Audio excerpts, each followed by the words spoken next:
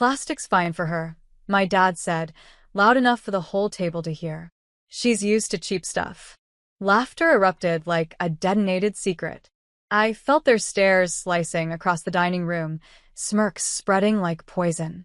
My aunt clinked her wine glass against porcelain. My cousin Maddie whispered, "Is her husband even real? Or just too broke to show his face?" Before we begin, drop a comment and tell us where are you from and from which city you're watching our videos? And after watching the whole video, don't forget to tell us what would you do in this situation? Be honest, tell me in the comments below.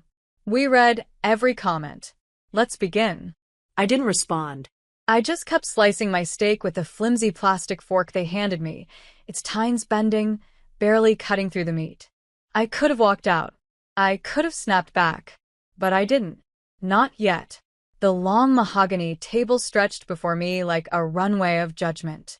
My sister, Rachel, in her emerald silk dress, rolled her eyes and leaned closer to Dad. Seriously, why did we even invite her? This was supposed to be a classy family brunch. My mother, sitting rigid at the far end, didn't look up.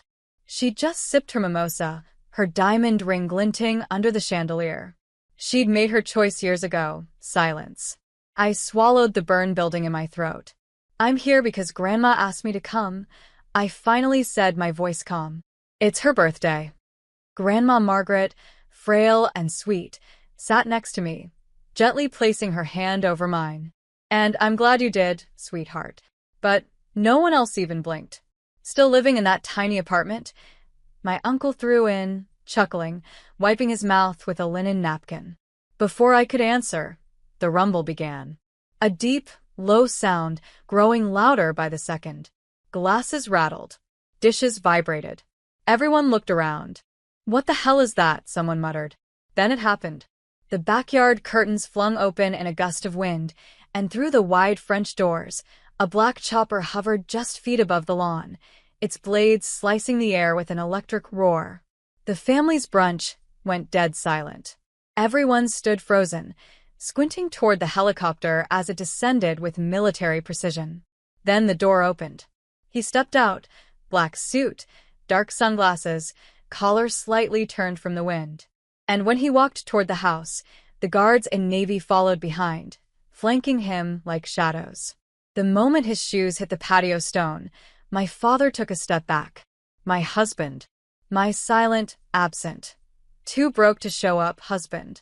He walked in, no hesitation, no apology. His gaze scanned the room once.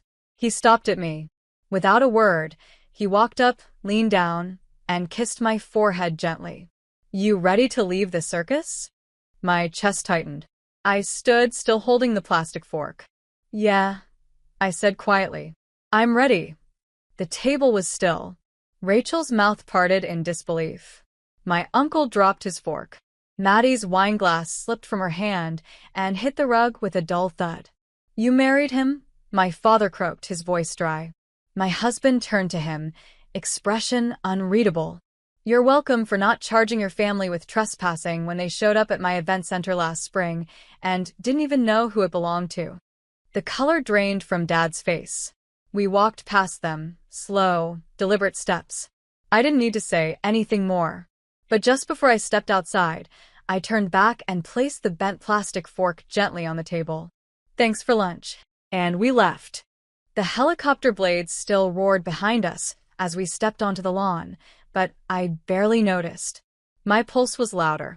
My husband, Drew Anderson, slid his hand into mine as if anchoring me in place.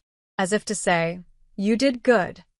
And for the first time in years, I felt weight lift off my shoulders, not just from that brunch, but from every belittling comment, every eye roll, every time they laughed behind my back and thought I didn't hear. As we walked toward the chopper, I glanced back at the house. Through the glass doors, I could see them still standing at the table.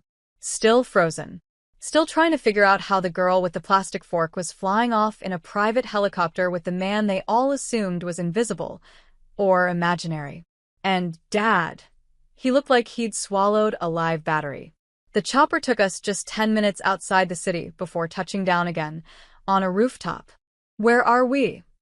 I asked, brushing my windblown hair from my face as Drew helped me out. He grinned. Home. I blinked.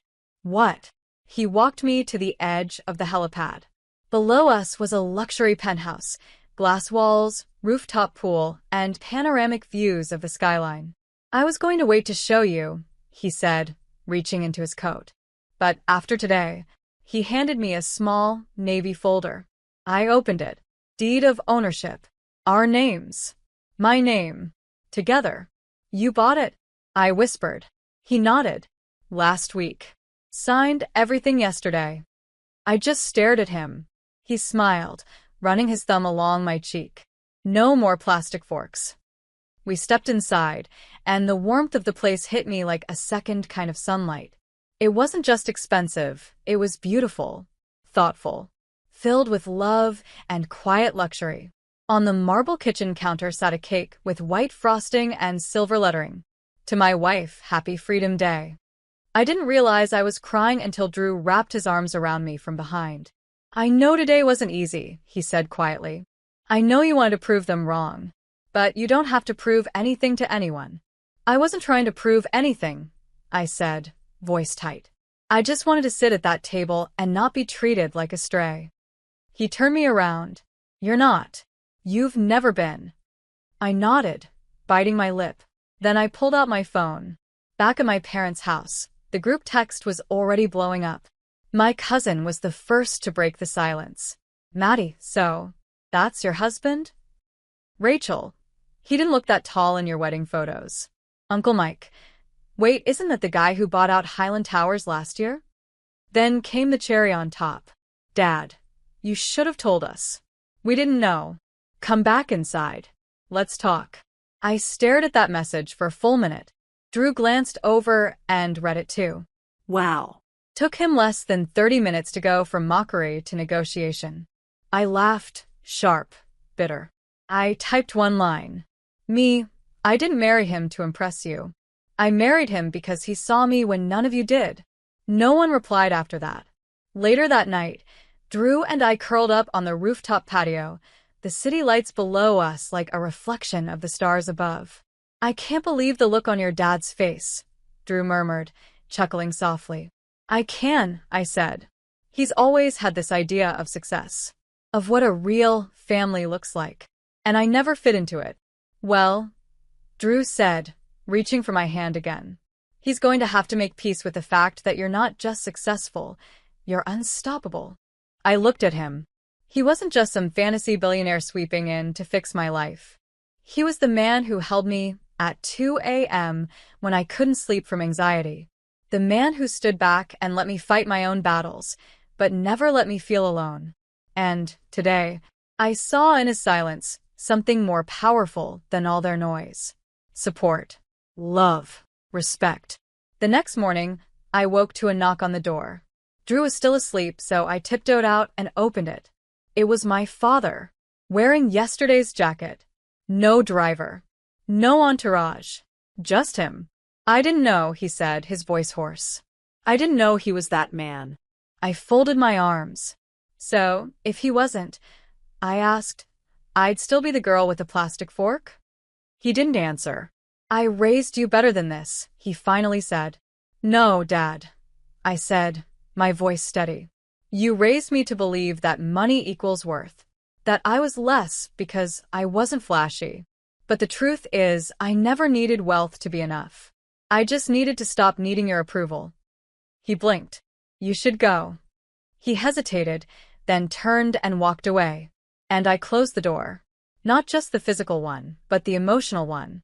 That chapter? Closed. Later that afternoon, I found myself staring at the rooftop pool, sunlight dancing on the surface like nothing had ever gone wrong. But inside me, a war was finally over. Drew came up behind me, resting his hands on my shoulders. You okay? I nodded slowly. I think for the first time in a long time, I actually am. He turned me around, brushing my hair behind my ear.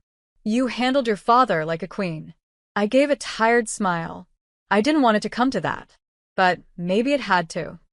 We sat down on the cushioned lounge chairs, sipping iced tea, while the wind stirred the curtains behind us. It was quiet, freeing, a kind of silence that didn't feel like judgment, just calm. And then my phone buzzed again. Rachel, can we talk? I was out of line yesterday. Mom, your father didn't mean to hurt you. He just didn't know. Uncle Mike, we all misjudged. You've done well. Truly. I locked the phone. Drew raised an eyebrow. What did they say? The usual, I said, voice flat. Half apologies. Excuses dressed up as regret. He nodded. Are you going to respond? No, I said. They didn't reach out when I needed kindness. They only reached out when they felt embarrassed. And that was the truth.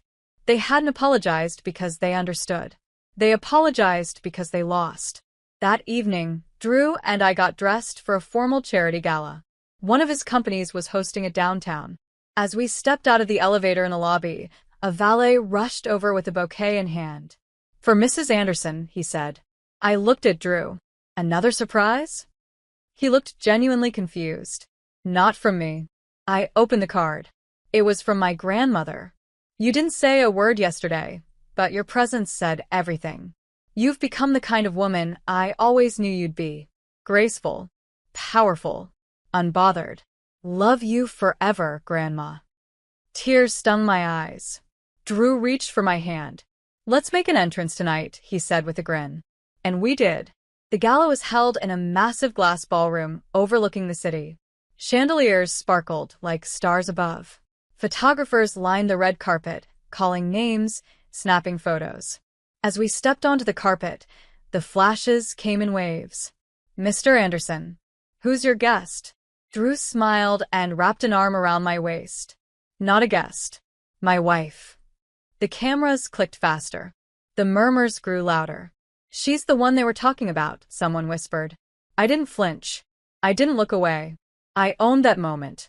We walked in, heads high, and I swear I saw at least two people who'd once laughed at me when I was waitressing during college, now wearing stiff smiles and pretending not to notice me. That was fine. I wasn't there for them. At the table, Drew introduced me to 3 board members and 2 CEOs. I spoke with ease, confidence. They listened, asked my opinion. Not once did I feel like the girl who didn't belong. And as the evening went on, my phone buzzed again. Dad, saw you on TV just now. Your mother cried. I didn't reply. Not because I hated them, but because I didn't owe them access to my peace anymore. They had front row seats to my struggle, and chose to look away. Now that I'd stepped into the light, they wanted to sit beside me. But I'd built this life without them, and I was going to live it on my terms. Back home, as we walked barefoot through the penthouse, Drew turned to me. You've been quiet. I've been thinking.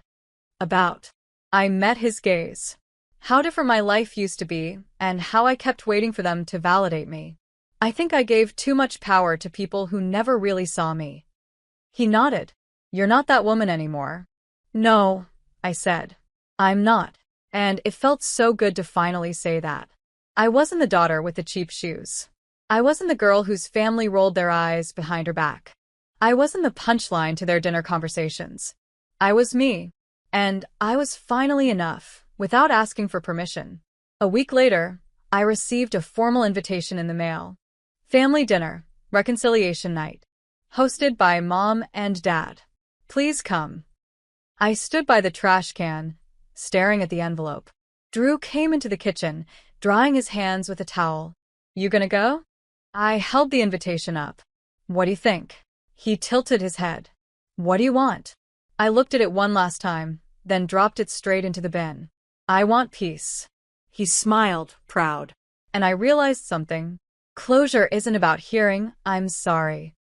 It's about realizing you don't need to be part of the same cycle anymore. The following Saturday, the skies were unusually clear.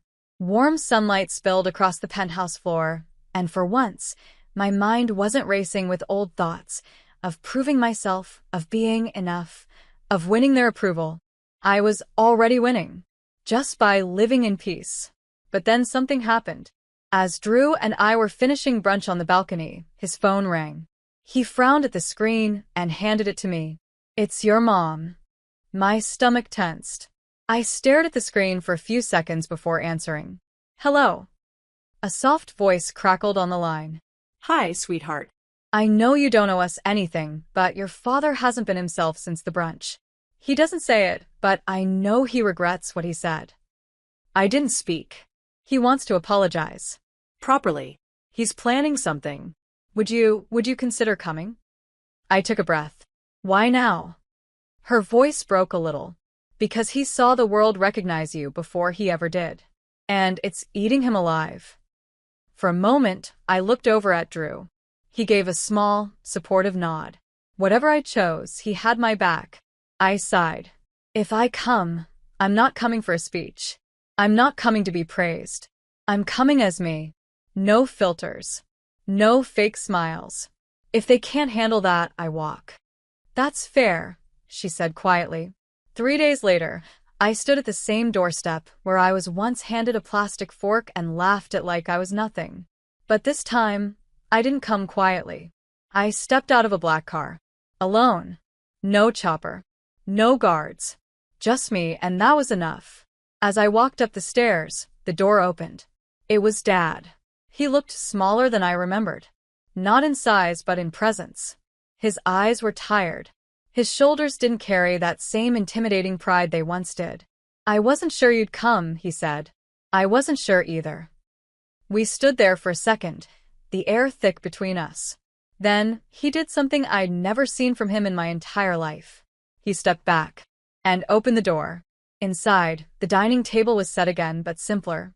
No fancy plates. No place cards.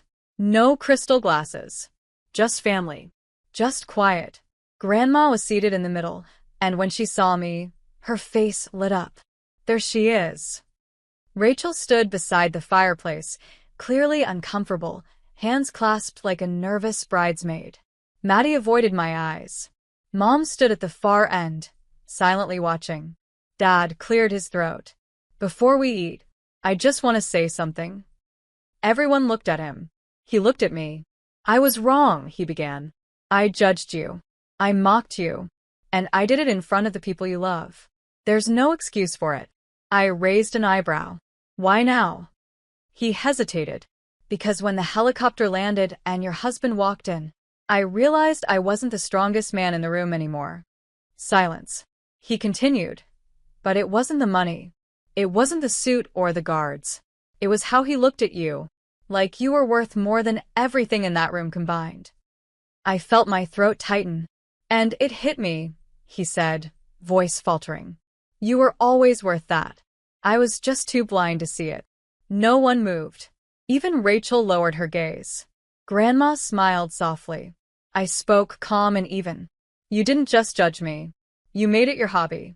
You let everyone laugh. You taught them to. I know, he said.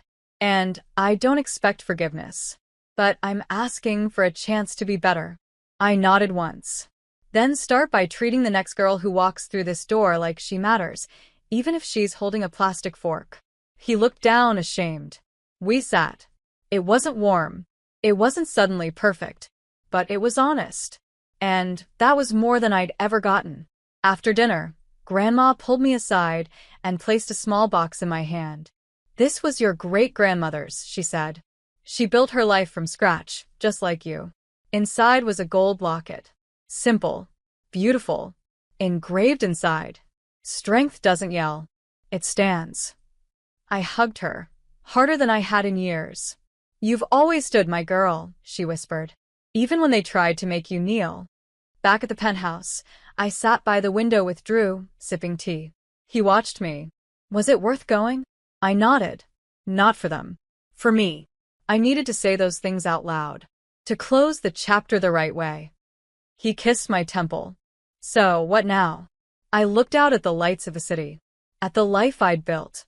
The peace I'd found. Now. I smiled. Now I live. Loudly. Boldly. Without apologizing. Because once upon a time, they gave me a plastic fork and laughed. But now? Now I own the table.